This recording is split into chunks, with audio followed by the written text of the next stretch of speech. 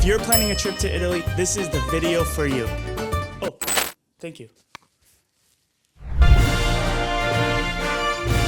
We'll be breaking down everything from ways to save money, when to travel, and how to travel in Italy. This video is based on my experience of going to Italy multiple times, but I'm also bringing in a special guest, the beautiful, the Italian, Miss Francesca, aka Franci, aka my wife.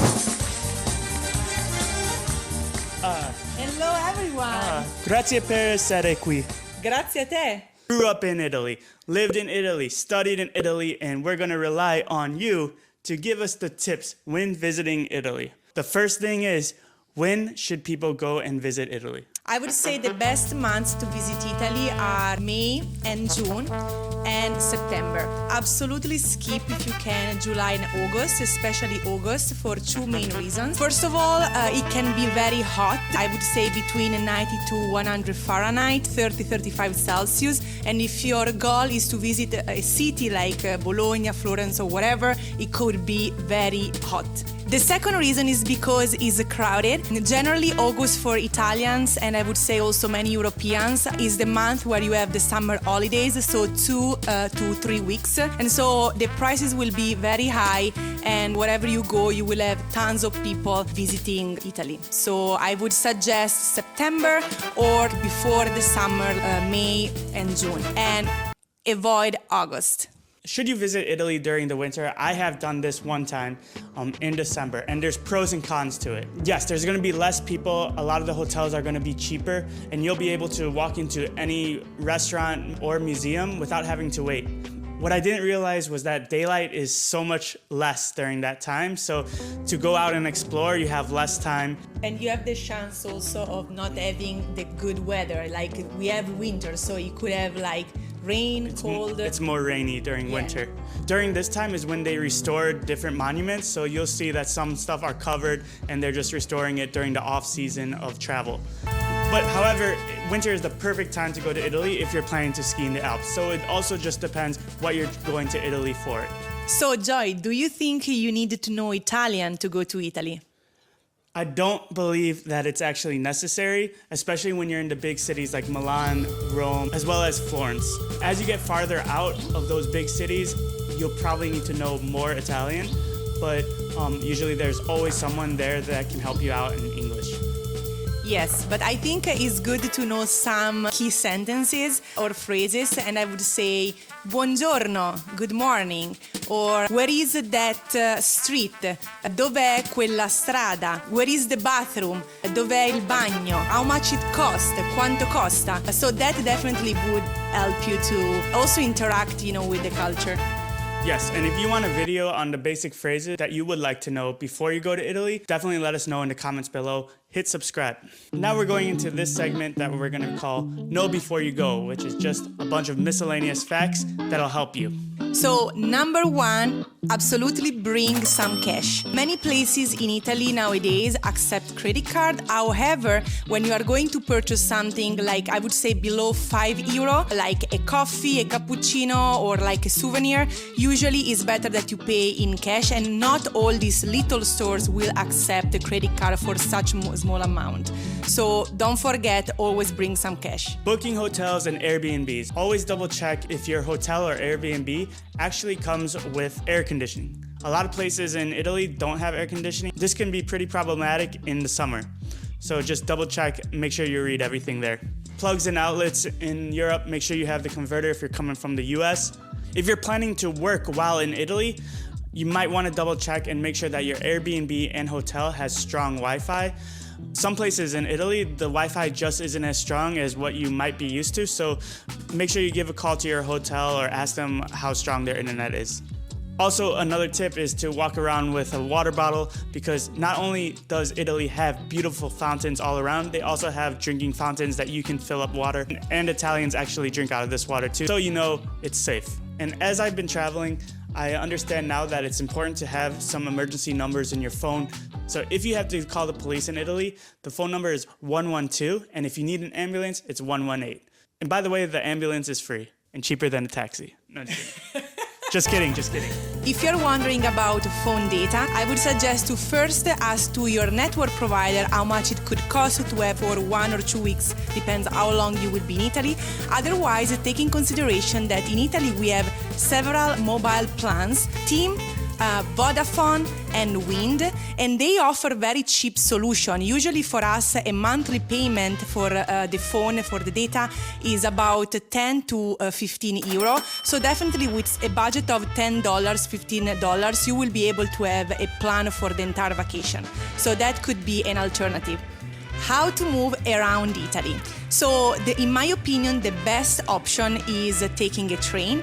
We have two different type of trains, the Frecciarossa or Italo, which is very high velocity, so allow you to bring you from north to the south in a very short time, like 3-4 hours. Otherwise, if you are moving around and visiting more local cities and town, there is the Regionale, is a slower train, much cheaper, but allow you to stop in all these small towns.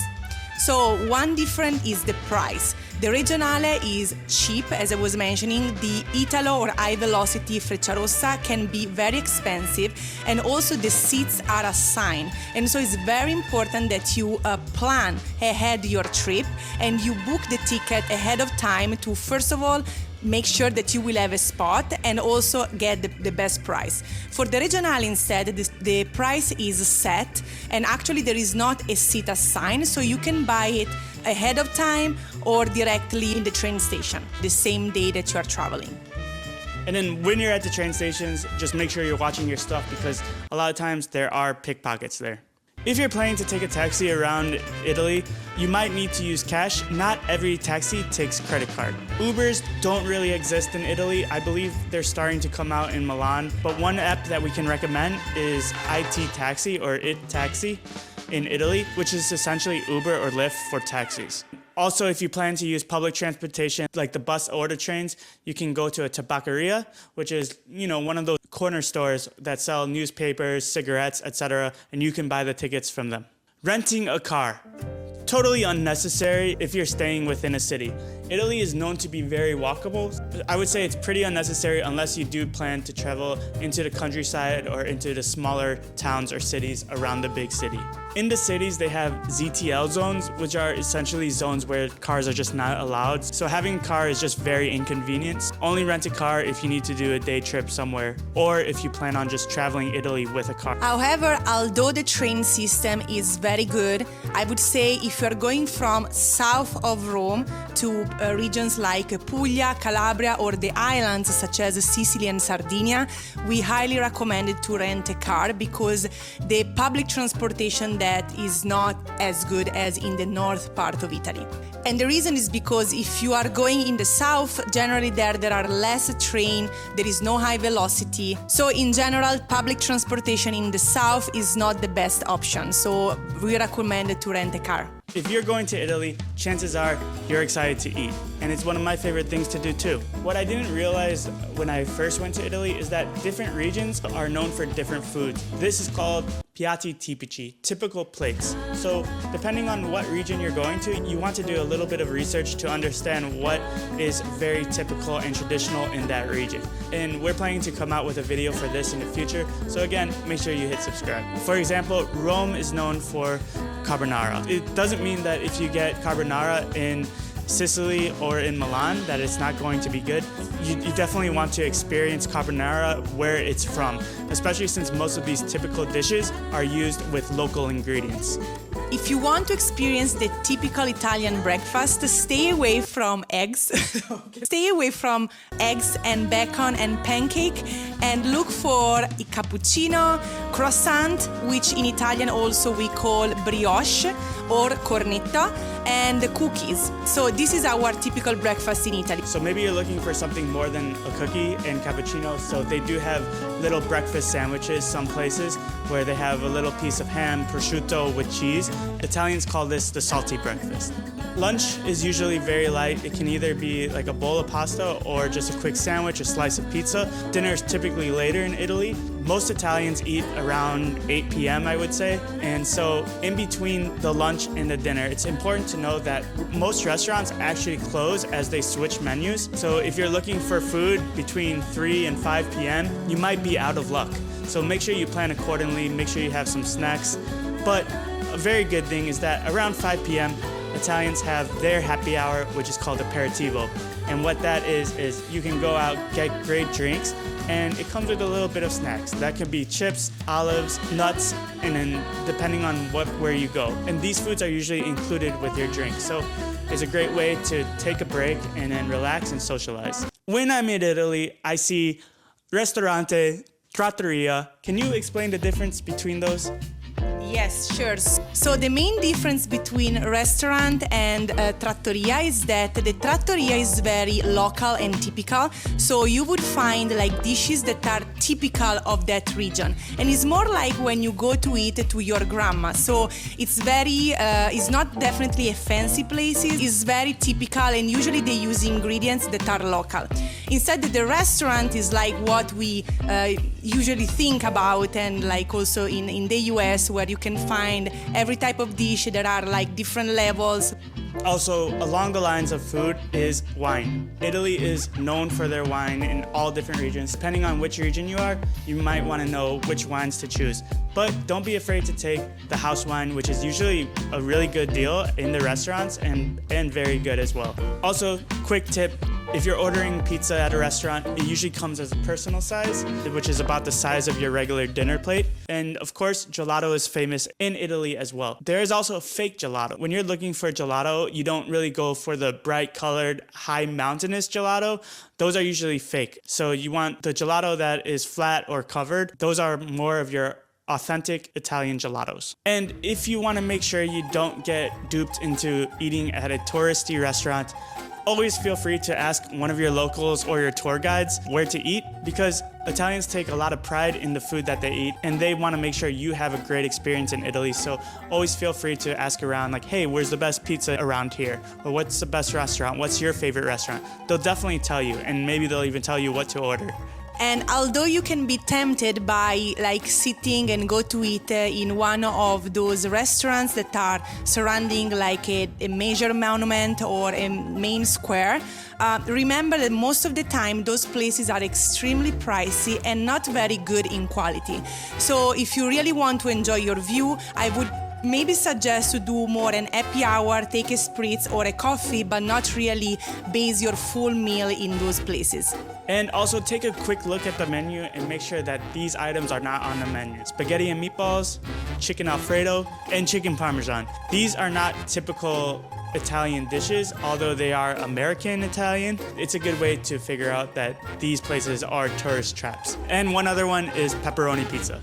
My parents went to Venice, we left them alone, and of course they ordered a pepperoni pizza. And when the pizza came out, it just had slices of green pepper and yellow pepper and red pepper on it. So that's what you might get if you order a pepperoni pizza. Attractions. Italy has a bunch of them. Historical museums, inside, outdoor attractions. You definitely want to check it out. Do a tour, because a lot of times you don't know the historical significance of what you're looking at, and you'll just appreciate everything a lot more. So I highly recommend the tours. For some stuff, you can book tours online. And if you're a student, bring your ID. If you're a retiree, also bring your ID, because you can get a nice discount.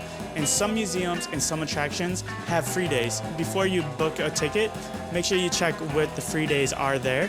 And one other tip when going to these attractions and museums, they're not always open 7 days a week. So make sure you do plan ahead while you're there. Maybe you're there for 3 to 7 days, and you want to make sure that you save the right day for that tour. The earlier you go to these tours, the better, because it's going to be less people, less waiting, and better photos. You probably already know that in Italy, the churches and the cathedrals are beautiful, and they're worth checking out too. Girls, if you're going there, make sure that you do cover up. At least bring a shawl with you. Some churches do provide that, but if you are planning to walk around and walk into some churches along the way, make sure you just carry something to cover your shoulders and wear the appropriate length of skirt as well, skirt or shorts. And of course, you want to go early. So that concludes our tips to visiting Italy. I hope that helps you a lot. Make sure you subscribe. And see you on the next video.